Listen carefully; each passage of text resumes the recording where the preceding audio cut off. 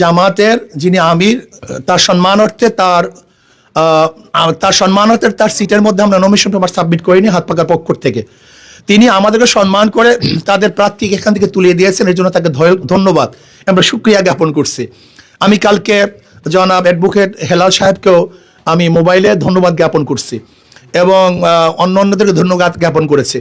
না, বর্তমানে ইসলামী আন্দোলন বাংলাদেশ নতুনভাবে অন্য কোনো জোটে যাওয়ার এখন পর্যন্ত আর কোনো সুযোগ নেই। আর দ্বিতীয় কথা হলো, আওয়ামী লীগের ভোটাররা কাকে ভোট, অবশ্যই শরিয়া ভিত্তিক, কোরআন ও সুন্নাহ ভিত্তিক যদি আইন প্রণয়ন তারা করে এবং সুযোগ হয় তাহলে আবার হবে।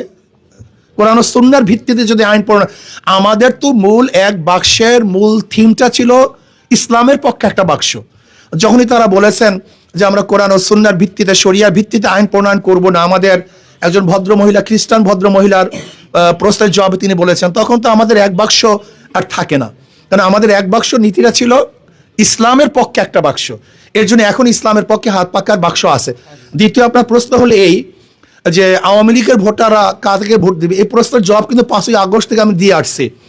আমি বারবার বলেছি, আওয়ামী লীগ যারা করে, আওয়ামী লীগ করার কারণে আপনার দেশের নাগরিকত্ব বাতিল করেন নেই, সরকার তো দেশের নাগরিকত্ব বাতিল করে নেই, সে দলকে সে ব্যক্তি করছে, সরকার কি করছে, দল অবৈধ ঘোষণা করছে বা দল এখন কার্যক্রম বন্ধ করছে, নিষেধাজ্ঞা জারি করছে, কিন্তু তাদের তো নাগরিকত্ব বাতিল করে নেই। যদি তারা দেশের নাগরিক থাকে তাহলে তার নাগরিকত্বের গ্যারান্টি দেওয়ার দায়িত্ব কার? সরকারের। যদি তার বিরুদ্ধে কেস না থাকে, মামলা না থাকে, তাহলে তার নাগরিকত্বের দায়িত্ব, তাকে নিরাপত্তার দায়িত্ব তো সরকারের। কাজে অবশ্যই যাদের বিরুদ্ধে কেস নেয়, যারা অন্যায় করে না, অবিচার করে নাই, যদি সে নাগরিকত্ব বাতিল না হয়, তাহলে আমি মনে করবো অবশ্যই তার নাগরিকতার গ্যারান্টি এবং তাকে সুযোগ সুবিধা দেওয়ার দায়িত্ব সরকারের। নাম্বার 1। নাম্বার 2, আওয়ামী লীগের ভোটাররা কাকে ভোট দিবে? যাদের মাধ্যমে তারা নিরাপত্তা পাবে, জান মাল ইজ্জত, ব্যবসা বাণিজ্য নিরাপত্তা পাবে, তাদেরকে ভোট দিবে। দেখেন, একটা হলো সুরক্ষা। আমরা শুধু সাংবাদিকদের নয়, বাংলাদেশের প্রত্যেকটা নাগরিককে সুরক্ষার ব্যবস্থা করব ইনশাআল্লাহ। প্রত্যেকটা নাগরিকের সুরক্ষা কিভাবে দিতে হয় সেই ব্যবস্থা আমরা করব। আমি কালকেও কর্মী সম্মেলনে বলেছি, তোমরা খাদেম হও, রাজনৈতিক কাজটাকে খেদমত মনে করো, এটা ভোগের বা ব্যবসার জায়গা মনে করবে না। এটা আমি কালকে আমাদের কর্মীদেরকে বলছি। এর জন্য আমরা মনে করি রাজনৈতিক খেদমত এটা ব্যবসার জায়গা না। এতদিন ক্ষুধার্ত ছিলাম, এই বক্তব্যটাই হলো আমাদের ধ্বংসের মূল কারণ। এতদিন ক্ষুধার্ত ছিলাম, এই বক্তব্যটা হলো সমস্ত ক্যান্সার, এটা ধ্বংসের কারণ। কারণ রাজনৈতিক আমরা ক্ষুধা নিবারণ জায়গা মনে করি, আসলে রাজনৈতিক ক্ষুধা নিবারণের জায়গা নয়, বরং এটা খেদমতের জায়গা, সেবার জায়গা। আমি আমাদের নেতা কর্মীদেরকে সেবার জন্য তাকিদ করছি, প্রশিক্ষণ দিচ্ছি, আমরা সেবা করবো। নাম্বার 1। নাম্বার 2, আপনারা জানেন ইসলাম নারীদেরকে সবচেয়ে বেশি সুরক্ষা দিয়েছে, নারীদের অধিকার বাস্তবায়ন সবচেয়ে বেশি করেছে।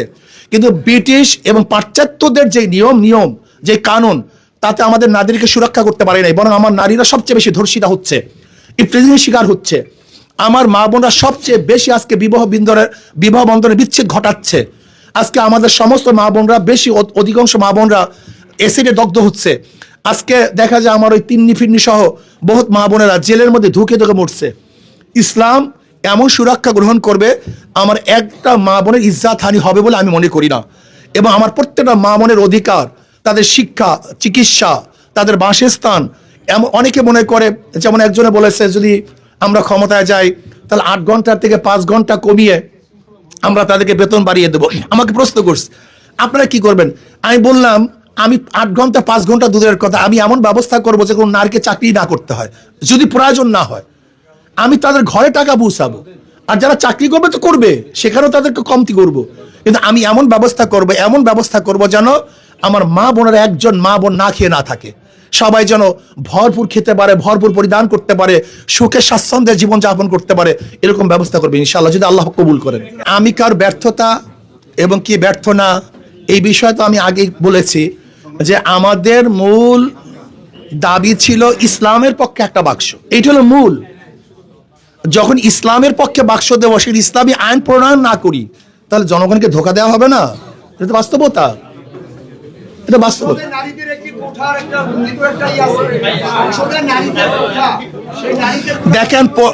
দেখেন বর্তমান যেইভাবে আপনারা আমাদেরকে বলতেছেন, আগে ইসলাম হুকুমত কায়েম করার পরে শরিয়া ভিত্তিতে যাহা কিছু আছে সব মহিলাদের অধিকার দেওয়া হবে ইসলামের ভিতরে। আপনারা যেহেতু জোটে নেই আর জামাত ইসলাম আপনাদের সম্মানার্থে এই আসন থেকে প্রার্থী প্রত্যাহার করে নিয়েছে, আপনার নির্বাচন পরিচালনায় বা পরিচালনা কমিটিতে জামাত ইসলাম থাকবে কিনা এবং প্রকাশ্যে আপনার সাথে কাজ করবে কিনা? না, তারা তো বলছে, না তারা তো বলছে কাজ হবে। জামাতের ভোট ব্যাংকের বিষয়ে কতটা প্রত্যাশী?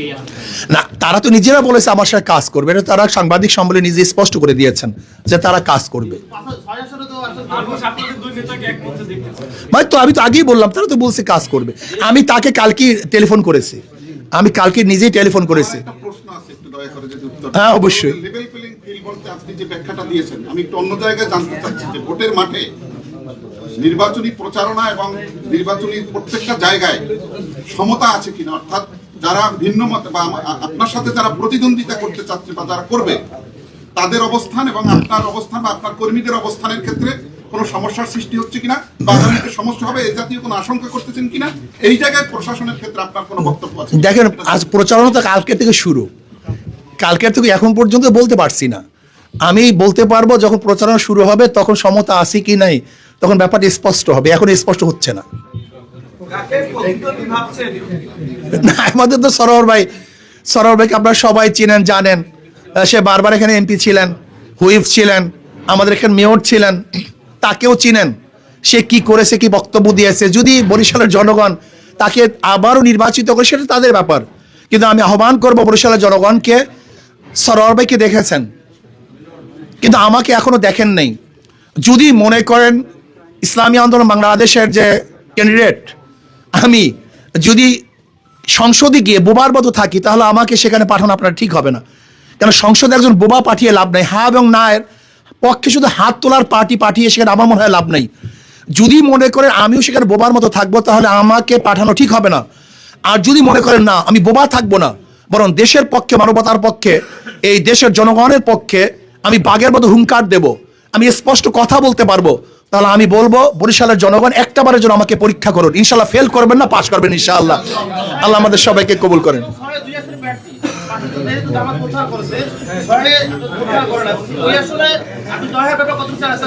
আমি ইনশাআল্লাহ দৌড়টা কি দুই জায়গাতে ইনশাআল্লাহ জয় হবার জন্য ইনশাআল্লাহ আমি আশাবাদী। আলহামদুলিল্লাহ, কি আপনারা আছেন আলহামদুলিল্লাহ আমার সাথে?